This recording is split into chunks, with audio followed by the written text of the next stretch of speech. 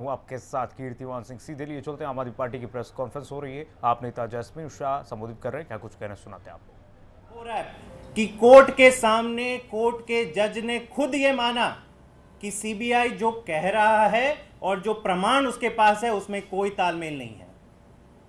इस पूरे दिल्ली के कथित शराब घोटाले के मैटर में पिछले 2 साल से इंटेरोगेशन चल रहा है, इन्वेस्टिगेशन चल रहा है। बार बार आम आदमी पार्टी क्या कहते आ रही है? आम आदमी पार्टी कह रही है कि पूरा का पूरा केस फर्जी है, बनावटी है। सीबीआई और ईडी केवल और केवल भाजपा के आदेश पर उलट पुलट केस बना रहे हैं, केवल और केवल आम आदमी पार्टी को खत्म करने के लिए, अरविंद केजरीवाल जी को जेल के अंदर डालने के लिए।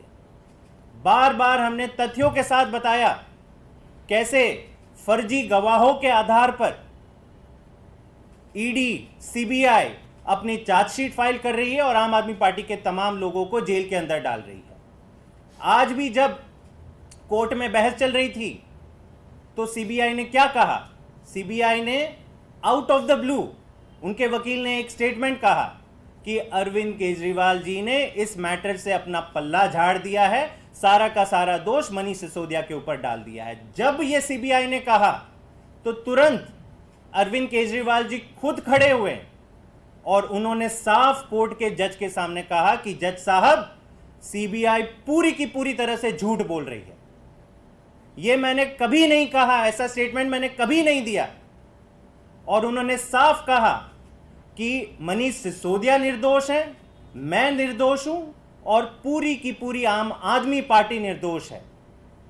और उन्होंने चैलेंज किया कि सीबीआई दिखाए कि उन्होंने कब ऐसा स्टेटमेंट दिया कि पल्ला झाड़ दिया है, मैं नहीं, कोई और दोषी है। तो तब जज साहब ने इंटरवीन किया। जज साहब ने कहा सीबीआई के वकील को कि नहीं, आप मुझे इनका स्टेटमेंट दीजिए, मैं खुद एग्जामिन करूंगा। और जब जज साहब ने एग्जामिन किया तो उन्होंने साफ कहा कि अरविंद केजरीवाल जी ने ऐसा कोई स्टेटमेंट नहीं दिया है। सीबीआई का जो दावा है वो पूरा का पूरा झूठा है। इसका क्या मतलब होता है? यह बहुत बड़ी घटना है कि कोर्ट में रंगे हाथों सीबीआई केवल और केवल राजनीतिक बयानबाजी करते हुए पकड़ी जाती है। अरविंद केजरीवाल जी ने जब अपना सबमिशन कोर्ट के सामने रखा तो उन्होंने यह भी कहा कि सीबीआई की मंशा क्या थी। सीबीआई की मंशा थी कि ऐसा एक स्टेटमेंट दे दे तो सारा मीडिया सेंसेशनलाइज हो जाएगा, कल के अखबारों में हेडलाइन छपेगी, सारे टीवी चैनल्स अपने प्रोग्राम रोक देंगे और बोलेंगे कि देखो अरविंद केजरीवाल ने अपना पक्ष किनारे किया, किसी और को दोषी ठहराया।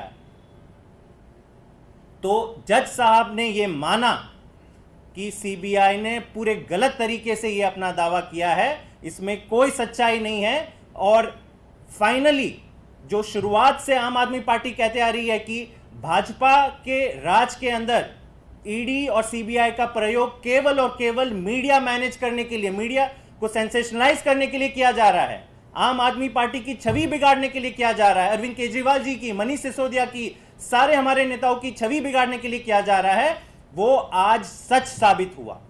जैसे सीबीआई ने यह स्टेटमेंट दिया, तुरंत सारी मीडिया ये लाइन चलाने लगी।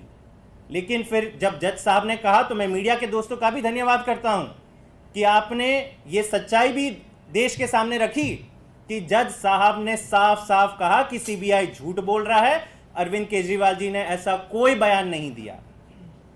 तो आज जो भी जजमेंट आता है 4:30 बजे, उसका हम इंतजार कर रहे हैं। लेकिन जो सबसे बड़ी बात निकल कर आई कि जो बात हम शुरुआत से कहते आ रहे हैं कि पूरा का पूरा एक फर्जी मुकदमा बनाया गया है। कोई भी तर्क सीबीआई और ईडी अपने पन्नों में लिख देते हैं, लगता है कि सीबीआई और ईडी ने नहीं लिखा है, भाजपा के मुख्यालय से ये तर्क सारे दिए जा रहे हैं। और आज भी जब सीबीआई के वकील ने यह कहा कि अरविंद केजरीवाल जी ने मनीष सिसोदिया को दोषी ठहराया, तो साफ लग रहा था कि यह तो भाजपा के प्रवक्ताओं की लाइन है। यह सीबीआई कैसे कह रही है? तो जब सबूत देखने गए, अरविंद केजरीवाल जी का स्टेटमेंट जब खुद कोर्ट ने पढ़ा तो मान लिया कि यह तो गलत कह दिया सीबीआई ने। तो आज ये पूरी तरह ये लोग बेनकाब हो गए हैं। सीबीआई और ईडी केवल और केवल भाजपा का राजनीतिक भोंपू बन के रह गए हैं। ये सच्चाई आज देश के सामने आ गई है। बहुत बहुत धन्यवाद। आपके अगर कोई सवाल हो तो। क्या उम्मीद लग रहा है आप लोगों को? एक तरफ आप लोग ईडी के मामले से अलग अलग न्यायालय में जाके राहत की उम्मीद कर रहे थे, अब एक नया प्रकरण शुरू हो गया, सीबीआई ने अरेस्ट कर लिया, तो लग रहा है कि ये न्यायिक प्रक्रिया अब लंबी चलने वाली है, अरविंद केजरीवाल को बहुत जल्दी राहत की उम्मीद नहीं। देखिए, एक चीज़ तो इन सब चीज़ों से साफ हो गई है कि ये कोई मुद्दा न्याय का नहीं है। पूरा का पूरा राजनीतिक